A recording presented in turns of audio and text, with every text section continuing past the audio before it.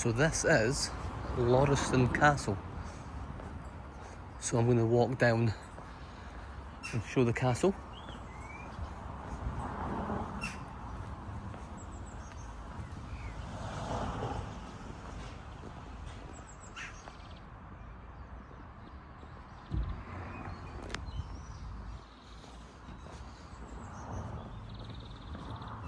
This is within Edinburgh. Not too far from Cramond.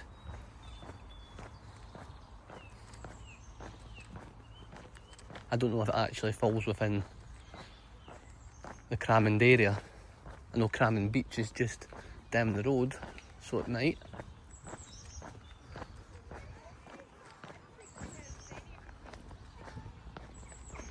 So it says a beautiful historic house set in stunning free gardens.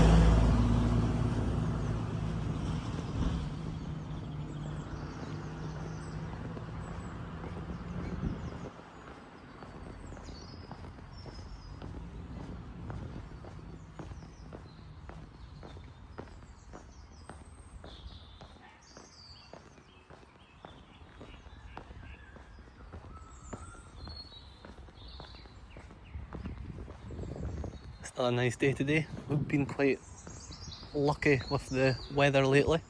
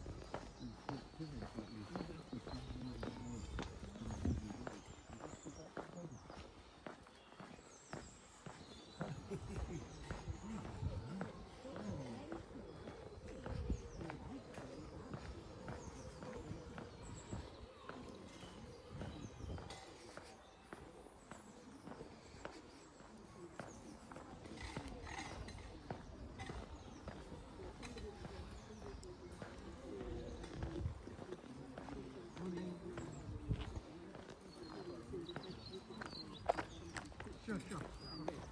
I'll get it. We thought they might come back the next week and pay more, but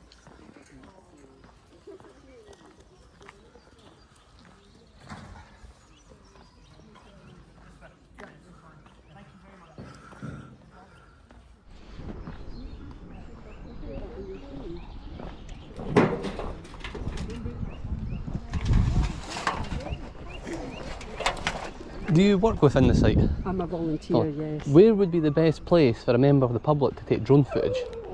Well, you'd have to get permission from the council for that. The council's provided documents, and it's basically talking about if you do it from like a public access area and it's recreational, then you're pretty much okay, because it's in the open category.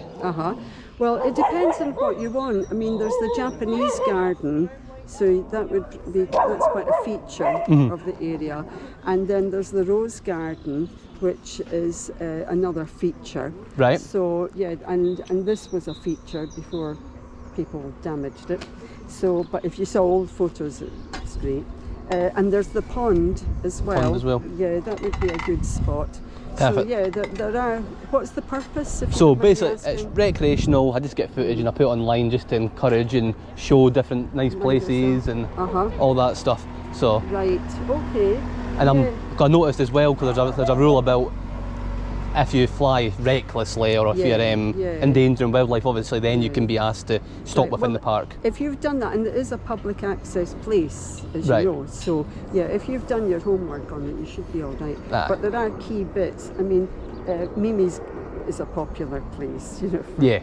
And that's the whole thing. But it's the views from here, I think, help, you know, over to Fife. Yeah. Is another sort of. I noticed there's some paths up the back, is that right? Yeah, there's paths everywhere. Through here, these paths, they can lead to the either. Sorry. It's all right. No, just they can lead to the Japanese garden there.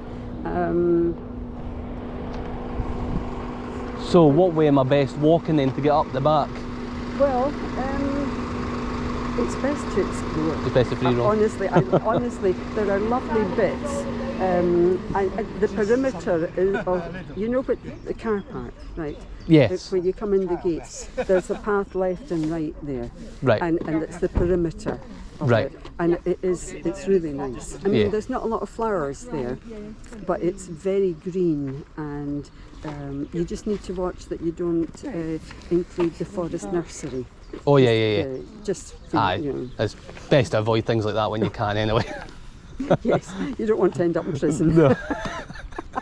No, I'm going to be a good height anyway, so if I take off up the back there somewhere, I'll be I'm not becoming close or nothing, I'll be way up. The path goes right round the building, and then there's steps down that takes you to the croquet lawns and that there. So yeah. That's fine. Well, you know what's going on then if anyone's wonders, but it won't take 5 minutes anyway. Well, it's fine. I'm sure it's fine. People do worse. Aye, that's true. Cheers.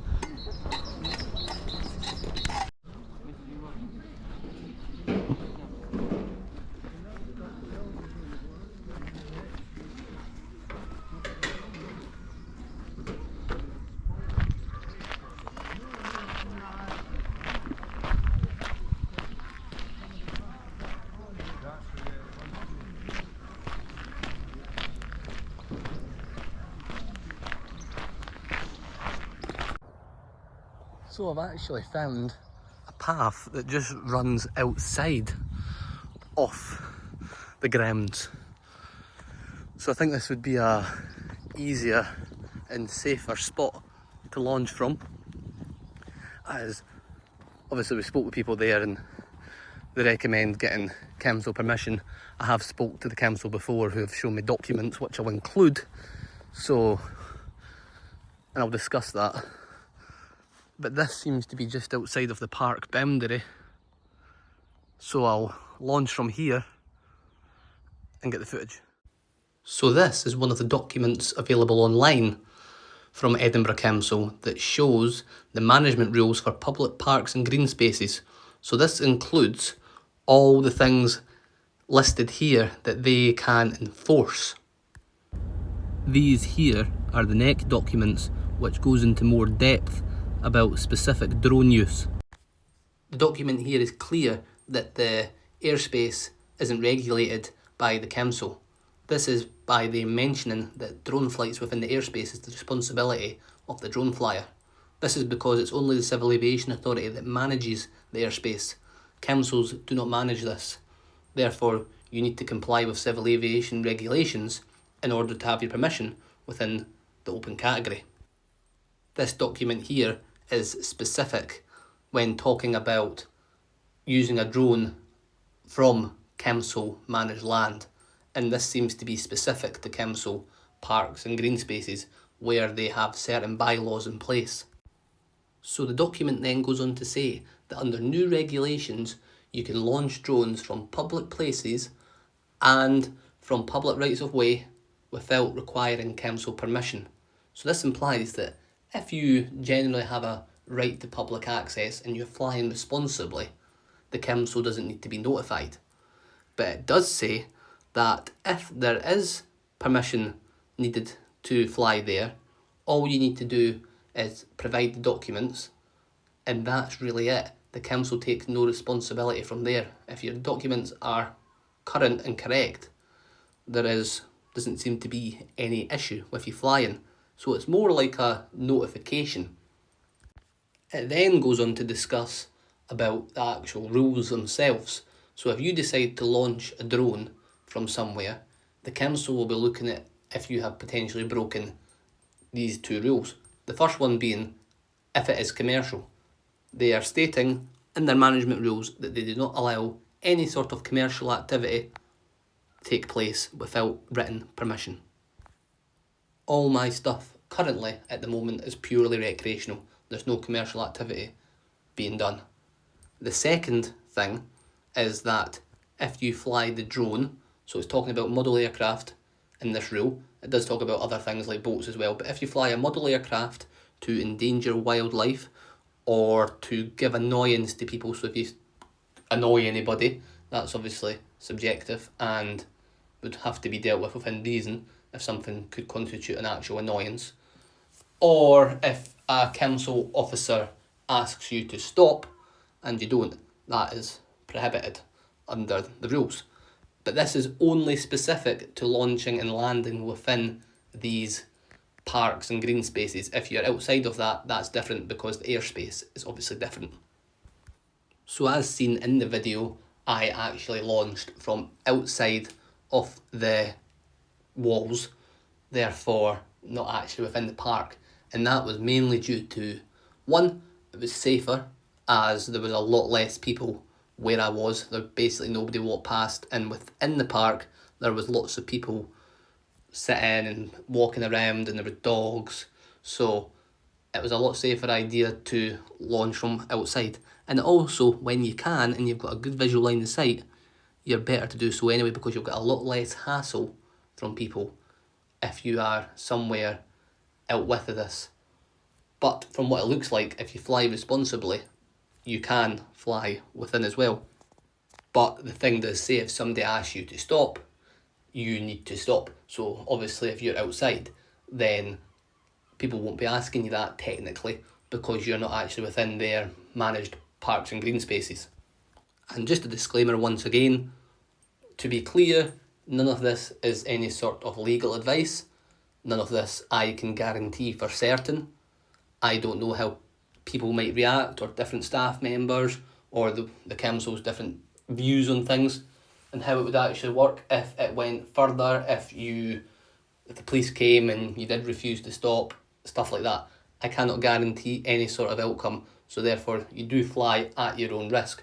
All I can advise is you fly as responsible as you can, and this is just me having open discussion and giving my own interpretations of things. Right, let's get to the drone footage.